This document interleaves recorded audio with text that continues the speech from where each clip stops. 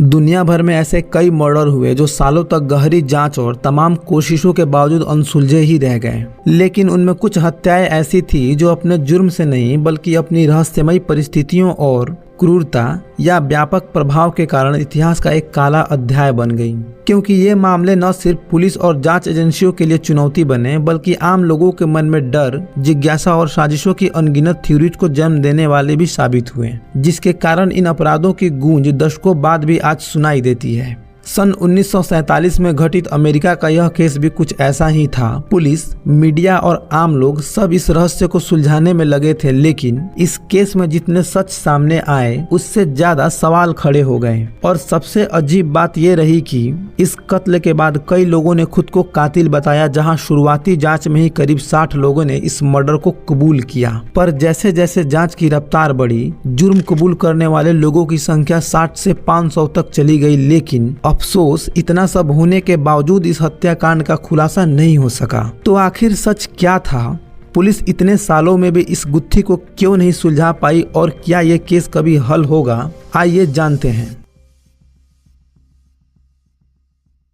नमस्कार दोस्तों, मैं चंदन कुमार, स्वागत है आपका हमारे चैनल पर। दोस्तों, आज हम जानेंगे 1947 में हुई एक बेरहम हत्या और उससे जुड़ी रहस्यों को, जिसने सच से ज्यादा सवाल खड़े कर दिए, जिसका असर यह हुआ कि पूरा अमेरिका इस दर्दनाक और मानवता को झकझोर देने वाली हत्याकांड से दहल उठा। 15 जनवरी 1947 को सुबह के करीब 10 बजे लॉस एंजलिस में रहने वाली एक महिला अपने डॉटर के साथ टहलने निकली। सैर पर निकली बेटी को अंदाजा भी नहीं था कि उसके सुबह का यह सैर एक ऐसे दृश्य की गवाह बनेगा जिसे वो कभी भूल नहीं पाएगी। जैसे ही वह नॉर्टन एवेन्यू के पास पहुंची, उसकी नजर सड़क किनारे घास में पड़ी किसी अजीब चीज पर पड़ी। पहले तो उसे लगा यह कोई टूटा हुआ सफेद मैनीक्वीन है जो किसी स्टोर से फेंका गया होगा। लेकिन जैसे ही उसने कुछ कदम आगे बढ़ाए, उसके पैरों तले जमीन खिसक गई, क्योंकि जिसे वो मैनीक्वीन समझ रही थी वह कोई मैनीक्वीन नहीं बल्कि 2 टुकड़ों में बटी एक महिला की लाश थी, जिसकी त्वचा इतनी सफेद पड़ चुकी थी कि पहली नजर में वह प्लास्टिक जैसा लग रहा था।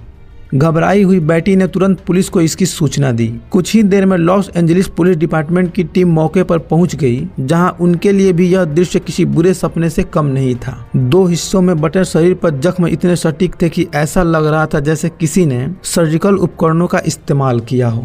चेहरे पर गहरे चीरे होने के कारण होठ कानों तक फट गए थे, जो देखने में किसी खूंखार हंसी जैसा प्रतीत हो रहा था। क्रूरता की सारी हदें तब पार हो गई जब पता चला कि शरीर के अंदरूनी अंग तक गायब हैं, जिसे देखकर ऐसा लगा जैसे किसी ने इस घटना को बेहद सोच समझकर अंजाम दिया हो। पुलिस ने लाश को ऑटोप्सी के लिए भेजा और पहचान में जुट गई। जब फिंगरप्रिंट को पुलिस रिकॉर्ड से मिलाया गया तो पता चला कि वो लाश हॉलीवुड एक्ट्रेस एलिजाबेथ शॉर्ट्स की है। जैसे ही पुलिस को शव की पहचान मिली, मामला पूरी तरह बदल गया। अब यह सिर्फ एक हत्या नहीं बल्कि एक बड़े और रहस्यमयी अपराध की शुरुआत थी। एलिजाबेथ शॉर्ट महज 22 साल की एक अभिनेत्री जो हॉलीवुड में अपना नाम बनाने का सपना देख रही थी। उसका जन्म 29 जुलाई 1924 को बोस्टन में हुआ था। एलिजाबेथ का बचपन बेहद रईसी में गुजरा था। हालांकि 1929 में स्टॉक मार्केट क्रैश से उनके परिवार को आर्थिक संकट से गुजरना पड़ा। ऐसे में वो कैलिफोर्निया जाकर बस गए और नई जिंदगी शुरू कर दी। लेकिन यहाँ भी कुछ इंटरनल इश्यू के चलते वो लॉस एंजलिस चली गई। उसी दौरान लॉस एंजलिस में एलिजाबेथ की मुलाकात 25 साल के सेल्समैन रॉबर्ट से हुई, जिसके साथ वो रिलेशनशिप में आ गई। दोनों 9 जनवरी को सैन डिएगो से छुट्टी मनाकर लौटे थे, जिसके बाद रॉबर्ट ने एलिजाबेथ को लॉस एंजलिस के बिल्टमोर होटल छोड़ा था, जहां वो अपनी बहन से मिलने वाली थी। उन्होंने बॉयफ्रेंड रॉबर्ट से कहा कि उनकी बहन बोस्टन से मिलने आई है, जिसके बाद रॉबर्ट उन्हें वहीं छोड़कर निकल गए।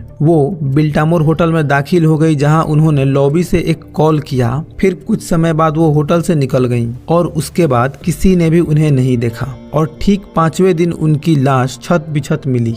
खैर, इतनी दर्दनाक हत्याकांड के बाद पुलिस कातिल का पता लगाने में जुट गई। 16 जनवरी को एलिजाबेथ शॉर्ट की ऑटोप्सी हुई, जिसमें सामने आया कि उनके सिर, कलाई और गर्दन पर चोट के निशान थे। राइट ब्रेस्ट को काटा गया था। रिपोर्ट के अनुसार उनके शरीर को हत्या के बाद एक खास तकनीक से काटा गया था। साथ ही मौत से पहले उन्हें टॉर्चर किया गया और शरीर का पूरा खून बह जाने के बाद फेंक दिया गया। डॉक्टर्स को दुष्कर्म की आशंका थी, हालांकि शरीर में स्पर्म ट्रेस नहीं मिले।